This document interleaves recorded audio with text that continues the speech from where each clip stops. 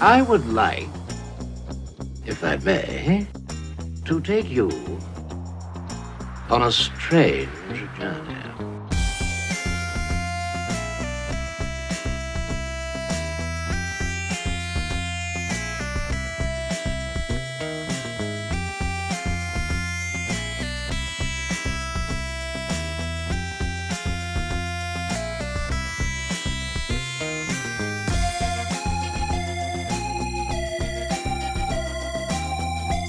Hello and welcome to the Cultworthy Cinema Podcast. I'm your host, Antonio, bringing on a very special guest who I never get to talk to.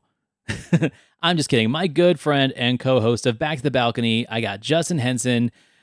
This is the first episode of Season 2. I know I'm 3 years in, but I finally took a break, and so I'm calling this the new season of the Cultworthy, and we're kicking it off with our Back to School special. So Justin, welcome back to the show. Welcome back, by the way. And I am excited because every year, this is like I said it last year, back to school shopping for movies. So I spend way too much time shopping and trying to decide, and I'm sure you do too. So I am giddy about the selections this year. So year 3 of doing this, let's kind of go back and recap the ones that we have done in the past. So year 1, our High School Royale, episode 1, volume 1, whatever you want to call it, was Slaughter High and 3 O'Clock High. Two classics, in my opinion. Justin had a contradictory opinion about Slaughter High. I think it holds up and dared to melt a naked woman in a tub full of acid, but I loved it. Let's not forget also the electric bed orgasm scene. You just don't get that in conventional cinema anymore. I believe I gave you credit on that one. The kill scenes were pretty decent. So I'll give you that. It was just everything in between. Yes, 100%. Also, the high schoolers were all like 35. But I mean, people bought it in 90210, right? So why wouldn't they buy it in Slaughter High? But then 3 O'Clock High is just a classic. I mean, you brought the taste, I brought the trash, but it was the yin and yang, right? It kind of kicked us off on a fun journey that we're continuing. Now, the second volume, which we did last year, was a 2-parter, just like we're doing this year. So we had Angus and Mr. Holland's Opus, and then we also had my pick, which was Massacre at Central High, which you had some issues with, but then we paired it with Class of 1984. So you brought some trash too, a little bit higher quality trash, but trash nonetheless. So this year, we have to change it up a little bit because you screwed up the formula, my friend. How? You brought a college movie to a high school Royale. So this year, instead of calling it High School Royale, I decided to call it Cultworthy Campus. It's our back to school special because guess what? College starts in the fall too. So we're just doing a school theme. We got high school and we got college. Cultworthy Campus. Let's roll with it. Nice pivot. I love it. Yeah, well, I totally forgot that Big Man on Campus was a college movie. I was just so excited to talk about it when you put it on the list. I was like, oh shit, it's UCLA, it's college. But there's no way I'm not going to talk about it if you bring it to the list. And I don't know if Siskel and Ebert talked about it on their show. So I'm not sure if it works on Back to the Balcony. Well, I was trying to be strategic because they didn't talk about this one. So I tried to pick a couple movies that they didn't talk about. And honestly, I'm curious about next episode because I think I either brought the trash this year or I brought a pretty good one that I think is going to convince you. This is true. And we're not going to tell you what those movies are. You have to wait till the next episode to find what volume 2 of Cultworthy Campus is going to be. So this year, I brought an all-time favorite of mine, which, cringeworthiness aside, I think still holds up for all the wrong reasons. I brought Bob Giraldi's Hiding Out, starring John Cryer, Keith Coogan, and Annabeth Gish. It's a personal favorite of mine. I grew up with it, and it's something that, as I've gotten older, I recognize the cringiness to it. But when I was 17, I thought it was fun as hell. And we've talked about those movies before in the past. It's like, hey, as we age, things don't hold up as well as they used to. But I think this is a perfect time and place, and the ridiculousness of it outweighs the cringiness because it's strategic cringiness. We'll get to that in the in-depth part of it. And then, of course, Justin brought Big Man in Campus, man. That's a tall order. Not a lot of people have seen it. It's getting traction right now because Pure Cinema Podcast has been talking about it, and they just played it at the New Beverly in Los Angeles. They paired it with How I Got Into College, the Savage Siege Holland movie. So there are people now on Letterboxd rating it and scoring it, but this is a movie that really was like VHS only. You had to be in that special club that knew about this crazy movie for the 80s and 90s. And now I think it's the perfect time to talk about it because it's relevant, like right now. 100% relevant, and it's completely underrated given the topic, the first assumption of this movie, and nobody anticipated what a sweet story this is. So I'm glad it's getting traction right now because it's well deserved. Kino Lorber just put out a Blu-ray of it too. I mean, it's been in the depths of VHS hell for years. And Kino Lorber all of a sudden just out of nowhere threw it on a Blu-ray with special features. I haven't gotten it yet, but I intend to. It's just like one of those movies. And when we get to the in-depth conversation of Big Man on Campus, I've got a lot to say of like where I think it is actually influential in many ways. You probably feel the same way. But we're going to go chronologically. So we're going to start with my movie. And that is 1987's Hiding Out. Cue dramatic music. The year is 1987. In an effort to shake his iconic role of Philip Ducky Dale, John Cryer stars as Andrew Morensky in this man-on-the-run comedy thriller with an unconventional twist. He's a nearly 30-year-old stockbroker on the run from the mob. After an assassination attempt gone wrong while in witness protection, he escapes to a small New Jersey town and poses as a teenager whilst hiding out in his high school basement. Thanks to his precocious cousin Patrick, Andrew's new persona of Maxwell Hauser quickly becomes the most popular kid in school. To complicate things, Andrew catches the eye of Ryan, played by Annabeth Gish. How long can Andrew keep up this facade in director Bob Giraldi's Hiding Out?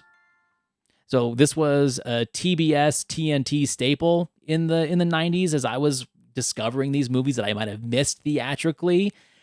And at that point in my movie viewing era, if I saw Ducky in a movie, I'm watching it.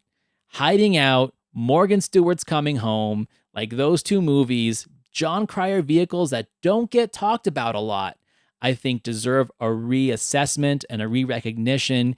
And it makes me kind of sad that we kind of lost him in the mid-90s up until 2.5 Men, right? Like we had this great just stack of work of his in the 80s. He was a side character in Hot Shots. And then after that, nothing until 2.5 Men came out. And he had that TV reincarnation, the way that Michael J. Fox did with Spin City and so on and so forth. So Cryer in this movie, first of all, I don't buy the fact that he's a 30-year-old stockbroker with the fakest beard you've ever seen. But suspend your disbelief for a second, because if you do, the movie actually is a lot of fun. I didn't get into John Cryer until I think I was in my film lit class, and my film lit class teacher was his roommate. So it really grew me to really look at his movies just out of curiosity. And he is totally underutilized, especially in the 90s. I think that's when he started losing his hair, and it was hard for him to find work. So to me, he is underutilized. And you stole my comment because I really wanted to go over the fake beard, because there is no way. And that is part of the charm of this movie, by the way. And I will give the movie credit on this. He is adorable as a man. He's adorable on the run. He looks like he should be holding a lunchbox when he's talking to all the adults in this movie with his beard. So, but to me, I think that puts part of it being memorable, because he is intriguing to watch, even with the ridiculousness of it. From going to stockbroker to school, it all is believable, but Cryer's performance convinces us to just follow along. He gives not, I shouldn't say believable, it's not believable, but it's just an interesting performance that we really just want to root for him and follow along with him because there's always a likability to Cryer. And it fits perfectly in the time frame of the day. Like we're 1987, and it's probably one of my favorite eras of movies for this simple reason.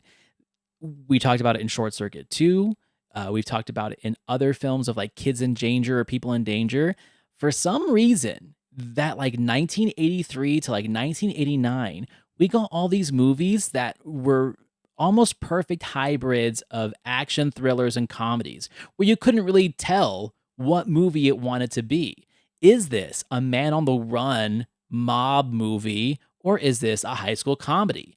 And somehow it manages to do both.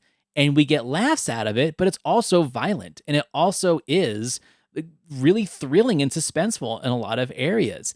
It has so many flirtations with these genres as the movie goes on that when we do bring like the sweet and funny characters, mostly from Keith Coogan and Annabeth Gish and all the colorful high school characters, we feel like we might be in a John Hughes movie, but then we bring the danger to it. We talked about this. I can't remember which episode it was of Back to the Balcony, but we talked about how, hey, remember in Three Men and a Baby, the finale is a drug heist. It's a drug deal gone wrong. We forget about that because we focus on these three guys taking care of this baby. But that's what the 80s did. It created these scenarios that we don't play with genre bending like that anymore. And I wish we did because it brings a certain charm that I feel is stuck in this era, stuck with the Brat Pack actors. And he wasn't necessarily a Brat Pack guy, he was adjacent Brat Pack, but it works. It works so well that even the cringe-worthy moments, which we'll get to in a minute, aren't as distasteful as I thought they were. I was actually building up a lot more in my mind than it really is.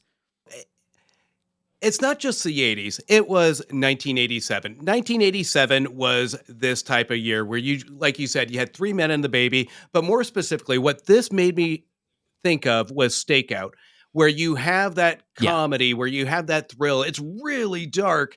This movie has a Stakeout tone where it's really gritty to an extent. And then you have kind of that unison of the hero wanting to kind of save the day with that finale of the high school gymnasium. So you have characters that hint at likability, and that's what this movie really aims for. If I were to compare it to Stakeout, is you have the supporting cast that you really dislike some of the individuals, but you like the group of a lot of these supporting characters supporting Cryer in his progress of high school. So there's a lot of likability, not necessarily in the unbelievable story, but the characters are the ones that really drive this. And we see that, like you said, in Three Men and the Baby, you have that likability. These are character driven comedy, action, whatever you want to call it, because it's engulfing to watch these people work the situation. And that's what makes these movies so addictive. And 86, 87 realized that. That's why you saw a lot of these movies kind of get pumped out with the same kind of dark theme. Doesn't have longevity. It's not going to work very well. But for 86, 87, it really did. And these are some of the most memorable, to me at least, of the 80s movies. It also does, a couple things that I think is very universal in a film like this that can work. And that's like the fish out of water. We've got the guy who is supposed to be nearing 30 and he's a stockbroker. He's successful. He drives a Maserati, but he is mixed up in some bad stockbroking. Like they essentially were trying to launder money for this mob guy. They kind of knew they were doing it. They didn't realize how dangerous it was going to be. And they get called to testify. And then all of a sudden, these stockbrokers start dropping like flies. The hitman is actually really cool too. Like, that's a great character. We don't spend a lot of time with him, but Oliver Cotton as the hitman, he brings a real kind of mysterious danger to the film that it does create those senses of tension, right? It reminds me of, let's say, Christopher Plummer in Silent Partner, right? Or Rob Lowe's character in Bad Influence, where he is, I'm not going to say like seductive because he doesn't have any scenes like that, but every time he comes onto screen, he's the harbinger of what's going to happen, where now we're going to turn this from a comedy into an action movie thriller. Cleverly done, because that movie, where we're in it, in this high school with all of like the high school presidential election and the kind of weird love triangle between Annabeth Gish, John Cryer, and then her boyfriend, the football guy. Like, we're so invested in that once we go back to action movie, once we go back to mob movie, the movie shifts tone instantly, but it doesn't feel like it's changing the pace of the movie. It just takes us back to where we started, and we're like, oh yeah, this started off as like an action thriller. When we're going back to that now, that's clever writing, that's clever direction, and I think that we don't see enough of those tonal shifts in movies these days, that for new audiences, it might be jarring. But for me, it's exciting. I love that you brought that up, because that's one of my biggest pet peeves in a lot of movies today is you don't get those contrasting tones. It's a consistent tone because the filmmaker has a consistent vision, whatever it may be. But you have the dark, you have the light. You have the dark side of an action thriller that goes into, I'll use this as an example because it's the only one I can think of, Kindergarten Cop, where you have that grittiness and then you have the light and then Right. you go into the darkness again. Those are the ones that really do play with your emotional beings, even if it's a comedy. Because what I will applaud this movie for is not giving in to a lot of the darkness in the center, in the second act, where we do have a lot of this high school activity. We don't force feed a lot of this hitman criteria going into it. You see him kind of in the beginning, a little bit in the middle, and then you have the end, which I'll talk about in a minute, that did kind of, I have some issues with. But I love the Yeah, me fact too. that you take him through these high school situations, and they're cliche as hell. But in the 80s, they're not so much cliche, but an engaging experience. So if we were to make a film like that today, yeah, it'll be torn apart for cliche. But if it was made today, I don't care, because it was fun to watch. And if that was the intent, then sign me up for it, because I love these movies that make you feel good in natural situations of danger. And here's the thing too that I think that we miss a lot with films that are set in high school these days, and that is, I don't know what happened at one point or why, where the administration stopped being the bad guy and it was student against student, right? Like, that's kind of where it kind of started. Heathers, I think, might have been a catalyst, even though it was totally satirical. But then we started seeing like clique against clique, student against student, and administration were just like the dummies that didn't recognize what was going on as things built up. I miss the old days of where it was like student versus administration. Like, they don't do a lot of that anymore. And this movie does encompass that, because in the middle of the movie, like you said, we forget about the hitman. We forget about all the mob stuff and FBI stuff, because he's now in high school and it's letting us feel safe. We're in the high school world now. We're going to roller rinks and we're eating burgers and we're, driving around cars and making out in cars. Like, that's what we're at now. And even though like he does check in on the real life, he checks the newspaper, he sends a letter to grandma, all that other stuff like that. Once the danger does come back, the administration is still kind of like the bad guy. Nancy Fish is one of my favorite, like, throw them in a movie for some reason and they just kind of steal scenes. She is so good as that history teacher that loves Nixon and hates smoking. Now, none of you are old enough to remember, as I do, how Nixon's countrymen betrayed him. But was Richard Nixon really to blame? No. He was a target, a victim. Campus radicals needed a scapegoat to justify their own shoddy idealism. Mr. Hauser, you appear to be writhing in your seat. Is this a nervous condition? Oh, yes, it is. It's a nervous condition. What? No, it's not a nervous condition. Oh. Mrs. Billings, I don't mean to be rude, but No one destroyed President Nixon. The man destroyed himself. The secret bombings in Cambodia. He rigged a presidential election. The media didn't create that. He put it down on tape. You're not old enough to know who did what. That's my job. And it reminds me of her role in Exorcist 3, where she's just a nurse, but she makes that role important. Or as Meryl Streep's assistant in Death Becomes Her, where she's with her for like 30 years, right? A throwaway role, but she's memorable and recognizable. Putting people like that in those administration roles where you do feel it's like them against the students, and the fact that the main guy who's going to be the president for the third year in a row, there's like a weird attraction that she has for him, and that's why she kind of fakes the votes for him. That kind of just shows the corruption on the higher end. So we're dealing with that too. It could be just a throwaway 80s movie on paper if you read the back of the VHS box, but there's a lot going on in this movie that I think people just don't either recognize or remember. Well, and you bring up the authoritarian figure here, and I love that because even if you took Nancy Fish, this character, and this is smart writing, they give a reason why to go against the authoritarian figure. You're putting propaganda, like the Nixon example of inaccuracy, into a classroom. That is something to resonate with high school students that might not believe that. So there is a relatability and a reason to go against the authoritarian figure. What a lot of movies forget to do is to put somebody in place, and what they want you to assume is this person is in charge. You automatically need to hate him. They don't want to give that extra dialogue, that extra scene that to these authoritarian figures to give that reason why. So it is easier to it is easier to just put that in a high school student's lap to have that conflict versus adding another character worth of dialogue to actually have that conflict. So we see that in the evolution of casting, film, saving money, whatever it may be. But said and done, this is what's missing from a lot of the films today, is that one extra step in the dialogue to give the reason why that we talk about so much.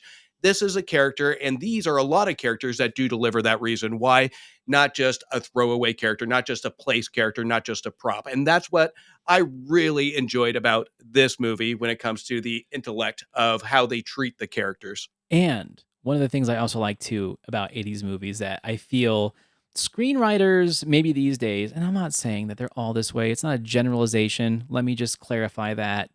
I think people have read too many books on screenwriting now because you start seeing the formulation from like the mid 80s on. It just gets more and more. You build your story a certain way, and that's just the way that everyone ends up doing it. Either it's a save the cat story, or it's I think a perfect example is in the movie Adaptation when he's like going to the McGee lecture and the movie contradicts itself right in the middle of the movie. It's a self-actualizing contradiction because it's a Charlie Kaufman script. But I think that's a very important moment where we see how screenwriters have been writing for decades. And now this guy's saying, no, do it this way. And he immediately shifts what kind of writer he is. That's a self-reflection of all screenwriting in Hollywood, in my opinion. This movie, like so many 80s movies, bring in characters that have no contribution to the story, but are there to create the sense and the time and the place of where you're at. So my example for that is the vice principal, who doesn't even really get a name. And as Maxwell Hauser, the Andrew character, John Cryer's character, is waiting in the office, he comes out and he's like, Sean, in the office again, huh? It's like he doesn't even know this kid. He just knows that Sean's in the office again. And they have a back and forth. And then Sean walks in the office, is like, I didn't do shit. Call my mom. He's like, okay, you're Sean. Come in.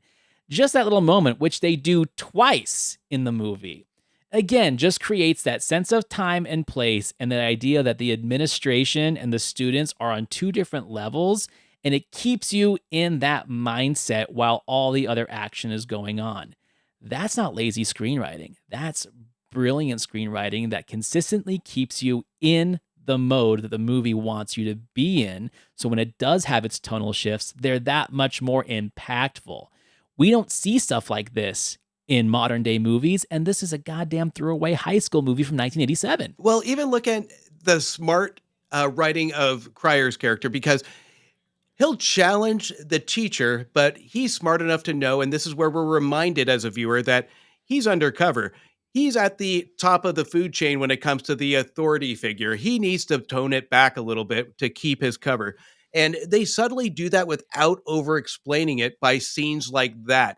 Is he's in the principal's office. He goes, I got to keep my cover. I got to keep my cool. This is where the buck stops. So I love those little tidbits to it. And some may say while watching this movie that it's just a cliche or it's just one of those moments that you just see in every high school. I think it's better than that because it has the credibility built from a previous scene to really justify the cliche factor of it. I think it just works because this movie, I think it's smarter than what it intends to be. And whether or Agreed. not I'm reading too much into that, I don't think I am because it justifies every action that it does throughout this movie. Justification is the word, because now we'll get to like the part that I'm sure a lot of people want to hear about. Like the cringiness of we have an almost 30 something year old guy posing as a teenager and having a romantic relationship with a 17-year-old girl.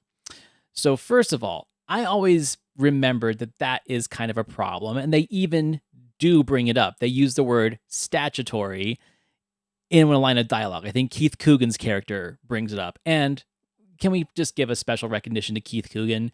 Put that guy in a movie, and the movie's just better. Adventures in Babysitting, this, Don't Tell Mom the Babysitter's Dead. Like, he is just a guy who I think adds value to any movie that he's in. He's the voice of reason in some aspects, but he's also the catalyst of downfall because he reminds Cryer what it's like to be young. And you get the sense that when Cryer was in high school, he wasn't cool.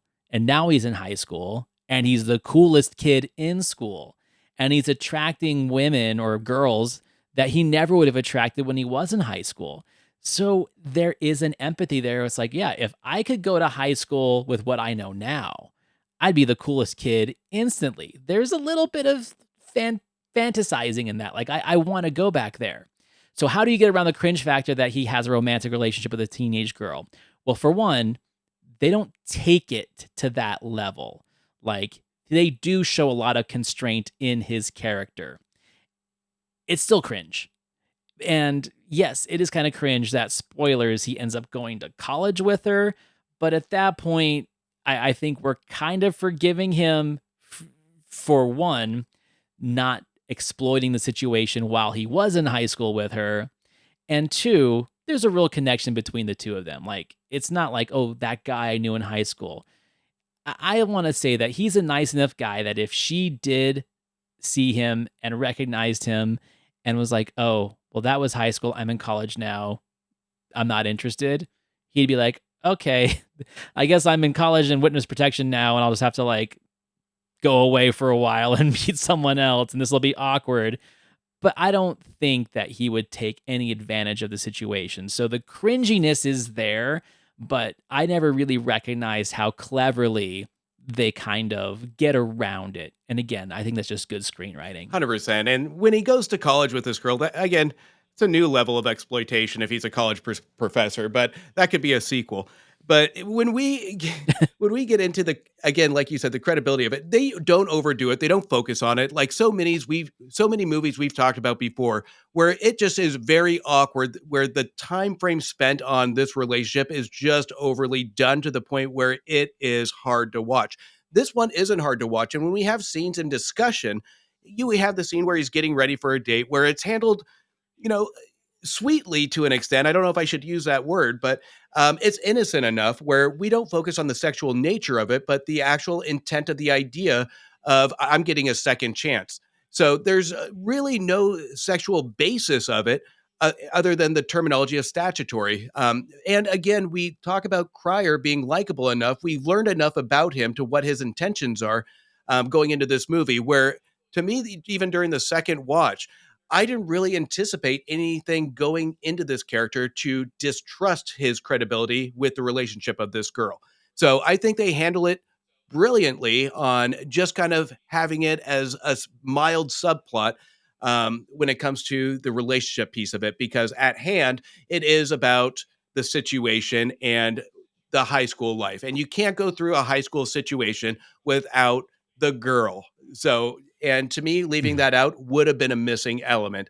Because if he's going for school president and all these things are happening to him, why doesn't he have a relationship? Why doesn't he have a girlfriend? It would have left a hole and a question mark on this film. So I think it had to be put in to an extent, and I think they handled it appropriately. And this is where I love John Cryer, right? Because the guy just does have, I'm not going to say an innocent vibe about him, but he feels like a guy you could trust. He's Ducky, right? He's the good guy that doesn't get the girl.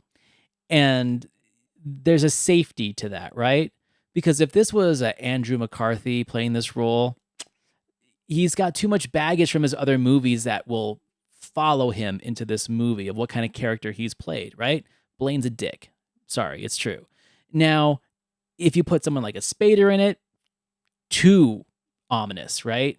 There's too much mature knowledge there that will make that ick really come through. And then Rob Lowe, forget about it. Like I was really thinking, who else in the 80s could really play this character? And the only other person I could think of is the guy we just talked about a few weeks ago, and that's Michael J. Fox. But it's not that kind of movie. He's too innocent. I think Cryer is the perfect type of actor for this movie where, okay, maybe he's not convincing as a stockbroker. That's just the catalyst to get us to this middle part of the movie, which is the main part of the movie. And I liked him in this role. I felt safe with him in this role. I felt like he was in danger, that he was aware of the danger, but also it does relive that fantasy that I have sometimes of like, what would I be like in high school now, knowing what I know and having made the mistakes that I've made? And could I make it a better experience than I had when I was actually in it? Well, and that's the big question because when we see Cryer in high school, even when he's in the bathroom getting the news that they want him for president, he's unsure. There's a lot of uncertainty on what he should be doing. And it really opens up that question of we've all thought about it. If I was in high school, man, I would be popular, I'd be all this, whatever it may be.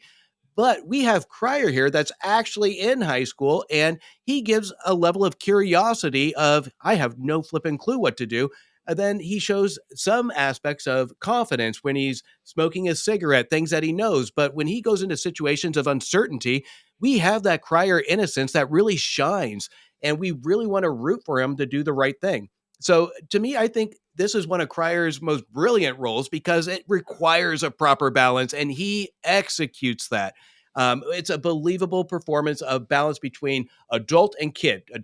And we can see that light switch with him turn on and off in the thought process of his betrayal throughout the entire movie. One of the main reasons why we're talking about it is that it's just not a very well-known 80s movie. In the pantheon of teen comedies and high school comedies, it's not really well ranked. It's not really high up there, and that's why I like it. I'm an underdog guy, right? Like this movie hasn't been seen by enough people. It hasn't been talked about enough people, and my partner, other than Ducky, didn't know John Cryer from anything but Two and a Half Men. I'm like, oh, he's actually got some movies in the 80s that are pretty good. Like this and Morgan Stewart are a lot of fun. Too bad, like he wasn't marketed the right way or he had bad representation. I don't know. I don't know the story, but at least he has films like this that can make us remember how good this dude really is.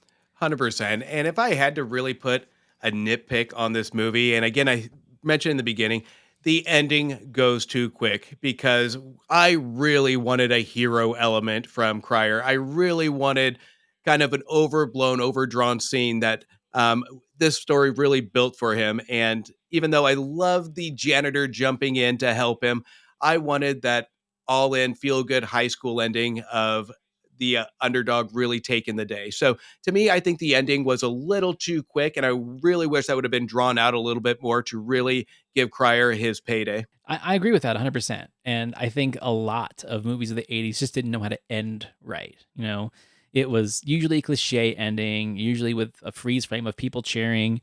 We all know that image, but yeah, I think that's totally true. Although I do like the idea that a bunch of high schoolers can scare a hitman up into the catwalks of a high school auditorium. I kind of dug that. That was pretty cool. I'll give you that. So that was his hero element, and I just wanted more. All right, so now moving on to Justin's pick, cue the dramatic music. The year is 1989, and UCLA student Alex Kaminsky is struggling with his studies. While attending a Renaissance festival on campus with his girlfriend Kathy, Alex finds himself in a confrontation with another student. As Kathy intervenes, a mysterious figure swings from the bell tower to save her, confirming the existence of the mysterious hunchback that has become a school legend. After being arrested and jailed, the creature is saved by Dr. Webster, the head of psychology for the campus, under the condition that he is rehabilitated so he can fit in modern society. Much to the dismay of rival psychologist Dr. Victoria Fisk, the hunchback is chaperoned by Alex and Kathy, who teach him all the basics of campus life. However, our creature, who names himself Bob Malugaluga Luga Luga Luga, begins to grow feelings for Kathy, creating a rivalry between he and Alex. Will Bob really be able to fit into modern society, or is his primitive nature too strong to overcome, dooming him to a life in an institution in director Jeremy Kagan's Big Man on Campus? All right, so this is like a secret handshake movie, right? Like, not a lot of people know this, and those who know. It's one of those movies. Where did you first see this thing? Years ago, and it was by luck. I can't remember if I downloaded it online or if it was YouTube or whatnot, but I didn't see this when it first came out. I was introduced under 10 years ago to this movie, and this is one that I went in intending. It was 1 a.m. I just wanted to shut my brain off to a stupid movie, and obviously looking at the cover, looking at the synopsis, this one screams stupid entertainment. But it took me by surprise because this movie really had heart to it, and it had intelligence, and it had a way to tell a story without stereotyping a character. So instead of just laying down, not paying attention, I was engulfed into these characters. I was engulfed into Bob, the way he interacted. So to me, it's a stupid marketing campaign with this movie that turned out to be something with utter depth. I love that, because this is the proto version of things that Adam Sandler does. Like, this could have been an Adam Sandler movie had it been a few years later. So Alan Katz, who plays Bob and also wrote the script, he was a stand-up comic in Los Angeles, and he'd had this idea that he'd been floating around, and eventually was able to find a producer and a director, got it made for very little money, and with a pretty impressive cast of side characters, but it didn't really do anything for his career because no one saw this. Like, it played very few theaters, mostly went straight to video, which is where I found it. This was one of those, hey, we're going to rent every movie in the Blockbuster starting with comedy A and work our way down. This was one of those discoveries. And it has its audience and it has its detractors, right? Like, this movie is a love it or hate it type of movie. I say it fits in the pantheon of Drop Dead Freds or Ruben and Ed's or Cabin Boys. It's either you love dumb shit or you're just going to say this is a waste of time and a waste of film. And I'm in the love dumb shit category because it has heart, right? You can have a dumb as rocks movie, but if there's likable characters, fun dialogue, and heart, like, it's not just scene after scene after scene of comic sketch, because that gets boring. This builds over time, and it builds a character that doesn't even really speak until halfway through the movie. It's a very clever trick. Let's talk about the cast really fast, because Alan Katz, dude, the guy is hilarious, and he really brings credibility to this role. I'm going to go right out and say it, that this is the prototype for Brendan Fraser and Encino Man. It is. It's 100% that movie. And this guy gets no recognition for it. Yeah, this is the seed of what's to come in movies like this, especially Encino Man, because even with Encino Man, Brendan Fraser tries to have some heart with it, but it's not executed to this level, because this one is completely believable without stereotyping the character. This is a character that wants to learn, his vocal wants to learn, and he is growing along with society. Encino Man no matter if he learns, he's still a stereotypical character. So to me, there's apples and oranges with it, but the people that really go into this movie, I think, disliking it are misinterpreting what it is, because it is so easy to look at this movie as, like you said, a very generic Adam Sandler movie, a slapstick comedy. And that's not what this is. It uses it as a vehicle to prove a point on society and how everybody treats one another by stereotyping the looks, right?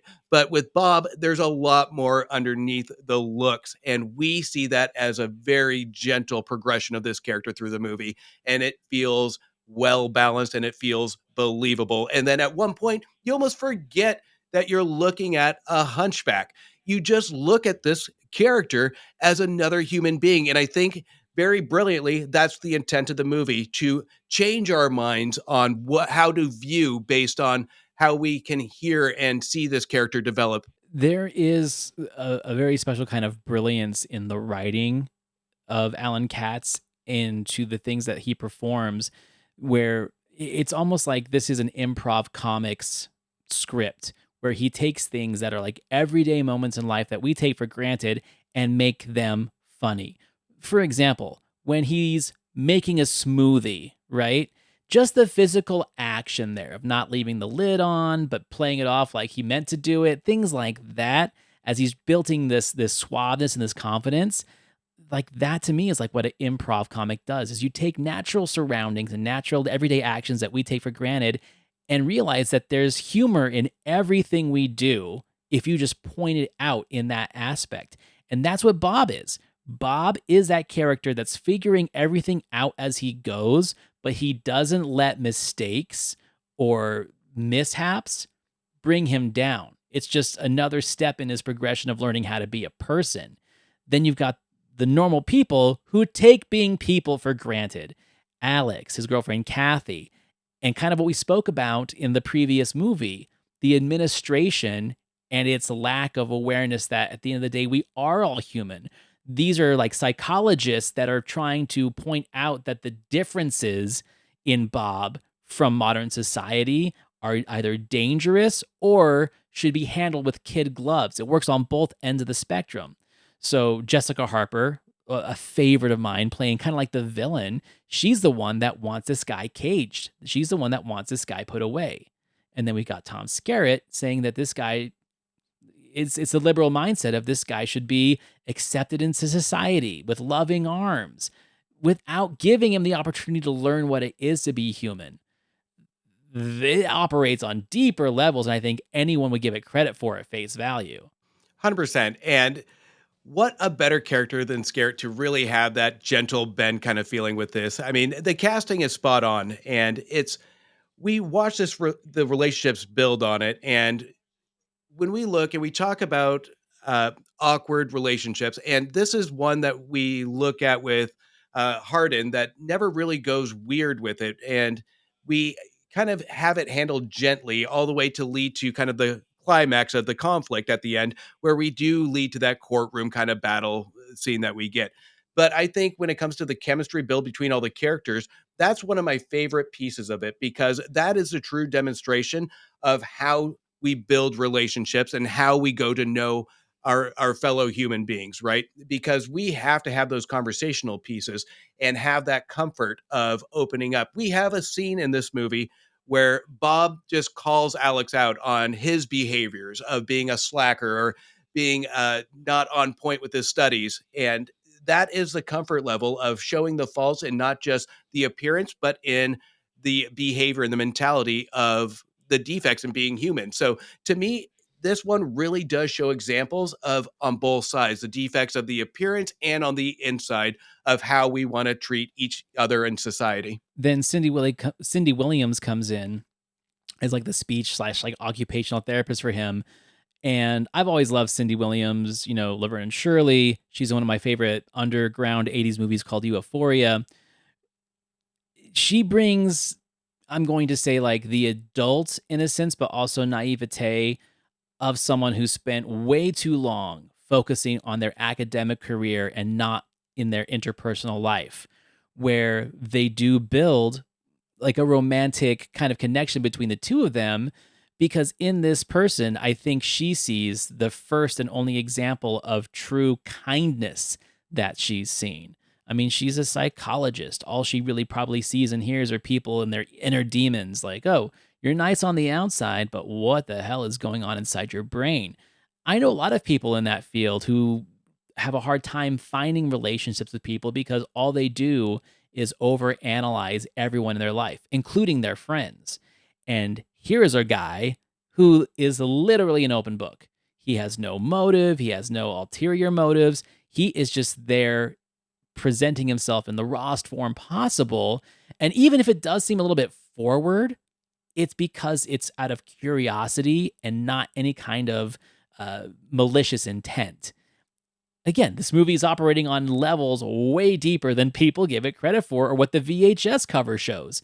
Like, it is a dumb comedy with a lot of brilliance. Well, and there is comedy to this. I know we kind of spout off all this in-depth meaning to it. The deep shit. But at Yeah. the end of the day, it is a comedy, but it does it appropriately. There are really funny moments. The name, like, is a rewind like 5 times just to have Bob pick out his name. It's a great scene. You have him tripping and falling. There is some slapstick stuff here. So, but what adds to the comedy is the charm of the character. We get to know the character to make it funny and to show a level of caring. It's almost like watching your kids kind of mess up or make a mess in the kitchen. It's cute. It's funny to an extent. But, and you kind of just feel for it. You just kind of go along with the ride. And it's that childlike innocence of comedy that this inserts. And I love that about it. It's a cute comedy. It's not an overly forced comedy. It's not there to sing and dance to get you to laugh. It is a natural comedy that just gives that cute factor, if I had to put a button on it. And, he is the outlandish character that's a title character that feels like it feels like this guy belongs like in a Mad TV sketch or an In Living Color sketch and not a full-length feature movie. And I think one of the reasons that makes it work as a full-length feature movie is the supporting characters. So to start off with Alex, played by Corey Parker, I mean, I've maybe seen him in some TV stuff, but what I appreciate about his performance is there's a way that it's written and it's a way that it's delivered. So there's a lot of wisecrackers. He's a wise guy, right? He has a lot of Neil Simon or Woody Allen type, one-liners and mannerisms, but there's also the dryness that comes like a young Chevy Chase too, right? Where he's not laughing at his own jokes. It's almost like he's Fletch. He is shooting out these one-liners about the situation that he's in or what Bob's doing, but he's not hamming it up. He is the Dean Martin of this group. He is the straight man. He's got the dry humor, and I was really taken by it. Like, I laughed at his little quips. Maybe not the performance that, we think needs to be praised, but it does take a lot to not be washed out by such an outlandish character like Bob. And then we bring in Melora Hardin, who is slowly becoming like one of my favorite 80s actresses because I keep forgetting things that she's in until we go back and watch them. It's like, oh yeah, I forget. Jan from The Office was in Lambada. Oh yeah, Jan from The Office was in Big Man on Campus. Jan from The Office was originally Jennifer in Back to the Future, and they had to recast her because she was so much taller than Michael J. Fox. She has an imprint on 80s comedies, and we just forget about it because we all know her as Jan from The Office. It's one of those, I don't know until I go back and research a little bit because Right. You don't recognize her so much from Jan versus the 80s. It's a very drastic change in my opinion, but it's one of those pleasant surprises that you have to go back and just take a look because she is an underrated actress in my opinion. And throughout the 80s, I don't think she got the recognition that she deserves in the future of her career because she could be a great leading lady when it comes to a lot of current motion pictures. And I think it's a misstep for a lot of casting in movies not to have her included because I absolutely love her. But when we come to Corey Parker, this is where I find this character interesting. I love you compared him to Dean Martin because this is something that could have easily gone and made this movie slapstick, where you would have like the Pauly Shore character in Encino Man. This one has a level of maturity where he has a conflict as well, where he could flunk out of college. So, but we don't necessarily focus on it too much, but he has to be that stern character to show that there is a subtle conflict internally with him on how he's going to make the grade. And this is a situation to do that. So to me, if I were to go really deep with this movie, to say that internally he didn't want to mess up, so he had to kind of go against every instinct he had to be that Dean Martin, to be that stern character, to not show his true self, to say something wrong, to blow this for him getting the grade in college. So there's a stakes to this Alex character that we may forget about during leading up to the climax, but it's still present in his portrayal. So to me, that is a fault a little bit of the movie to an extent, but I think once we get into the climax of it and we're reminded of it, I think it's a well done portrayal by Corey Parker. One of the things that I think some of these so bad they're good or dumb funny movies that a lot of people take for granted is really how deep they are when it comes to the human psyche. I defend Drop Dead Fred all the time, where it's like, okay, go back and watch it not as the crazy imaginary friend that throws snot into people's coffee, right? Look at it as like a metaphor and analogy of people who are locked into their childhood traumas, because that's what it is. At the end of the day, that's what it is. We don't recognize it as kids, but you watch that as an adult, you're like, holy shit, this movie works on so many different levels I wasn't giving it credit for. Where this is someone who's like literally locked in their childhood trauma, they're codependent on toxic people, and it's the childhood that was locked away that's going to get them out of it. It's a psychological metaphor and analogy for trauma, but people will just wash it off as that dumb comedy with that guy who's trying to be Jim Carrey. Like, that's what people say about that movie all the time. This movie works in the same way. I'm not saying that it's an intentional metaphor for, treating people who are differently abled or from different social classes. I mean, there is an undertone of that, but I also think that the main point of it is like, the liberal and conservative side to psychology and how we put people in these boxes based on their personalities. I think that's more of the metaphor for this one. And Bob is essentially I'm not going to say the Jesus or the Messiah personification of it, but he definitely is like the sacrificial lamb of innocence not allowed to be innocent. Like, we have to take this guy and turn him into a person. And by trying to turn him into a person, we rob him of all of the things that make him genuinely a good person. And I think that's the metaphor. That's the analogy that the film is trying to make, with a bunch of sketch humor thrown in to keep us entertained. Again, the last movie and this movie in our first volume of Cultworthy Campus is that these movies operate on deeper levels than people give them credit for. And they have to be looked at as comedies because they're funny, but also as, I'm going to say, like, analysis of human nature. 100%. The messaging here on the surface, when you're getting into it, the messaging isn't complicated. It's who's delivering the messaging that's really thought-provoking. So it is, again, so easy to look at movies and just judge them for the cover, just like we would with our Bob character.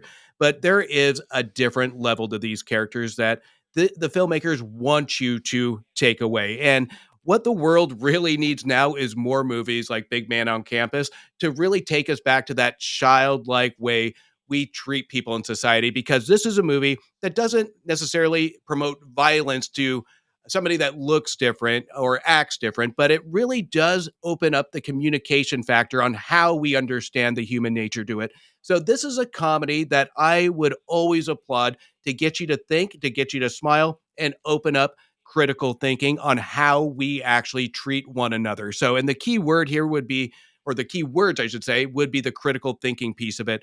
This is a comedy that makes you think on a whole new level. And if you don't come out of this movie with a new thought process or one character that you just really are curious about, then we looked at it in a different angle, because this is one to me that I think needs to come back, and it needs to come back in a massive way. Alan Katz. He only has 2 credits to his name. That's a travesty. Now, I don't know if that's intentional. He's like, hey, I made 2 films and I'm good with it. Or if he struggled trying to find work or recognition in the industry. I don't know enough about it. But I will say that with Big Man on Campus, the dude made an impact, at least for me and the people that know about this movie. And it's a really, really fun performance, and it's memorable. And it just makes me hate the industry sometimes, where it's like we praise so many people and put them on pedestals that i- they don't necessarily bring anything new to the industry. They are that cookie cutter. I love your disdain for Glenn Powell, and I agree with it. Like it is that. And I'm not saying the dude's not talented. It's just like that is not the way that we should continue to make stars of people, right? We need to really focus on the uniqueness and the difference. And I think as studios and theaters are getting more and more scared about box office and receipts, I feel that's what's going to go away. I feel this kind of film is just going to get pushed further into the depths of obscurity because they're only going to play the hits now. And that's how we end up with a dozen Glenn Powells. You're right. A lot of studio spheres, we get these cookie cutter pieces of talent where we go to these and let me clarify the Glenn Powell thing, because the reason I don't like it or like his performance is because it's the same over and over and over again with little to no emotion coming into it. And I use him as an example, but we see that more and more from performances nowadays where it's getting harder and harder to have somebody recognizable in a performance versus a nostalgic movie grab. So that's what these performances are being tied to, not the actual visionary work of the art. So I use Glenn Powell as an example for that, but this is one of those movies that really should be used as an example of the obscurity, taking the risk, I should say. Like even with a Danny DeVito or an Arnold Schwarzenegger to an extent, we have these risk taking in film that really we do get good performances from, but it's a matter of the studios trying to take that risk. And we're not in a position right now, and studios aren't willing to take the risk to make that No, happen. agreed. So cherish these movies when you find them or hear people talk about them. Because here's the thing, it's got a 6.0 on IMDb. I'm so surprised it's that high. But what that means is that the people that have watched it and rated it like it because there's a lot to like here. And the obscurity of it and the uniqueness of it is its charm. And the fact that someone made a movie about a hunchback at UCLA, and it's just brilliant. And I'm afraid we're not going to get that kind of originality anymore. So thank you for bringing this to this year's back to school special. This is a deeper conversation than I thought it was, but it was a fantastic Well, because we conversation. didn't have any slashers or grindhouse exploitation flicks like we have in the years past, or Richard Dreyfuss movies. Volume 2 should be a good conversation, so can't wait for that one. Yeah, volume 2 is interesting because like I'm the one that's bringing the sentimental pap, and you're bringing the garbage. No, We'll see. yeah. I haven't rewatched your pick since it came out in the theater, so I'm going to refrain from any further insults because I might just like it, and that scares me. All right, well, everyone, that concludes Volume 1 of this year's Back to School special, The Cultworthy Campus. Join us next week where we're going to bring 2 more films. I'm leaving them a surprise, but I'm excited to talk about them, and it's just going to make me dig even deeper for the following year's episode. So with that, we're going to leave you on a cliffhanger. Justin, thank you so much for joining me. Everyone can find us on Back to the Balcony every Tuesday. You're listening to The Cultworthy, so you know where to find me, thecultworthy.com, and on all the socials. And my friend Justin, you can find him at... Anywhere you listen to podcasts, at The Movie Wire, all the socials at Movie Wire Show. You can check me out at themoviewire.com. Follow us, subscribe, like, rate, review, 5 stars, all that good stuff, and I will see you next week.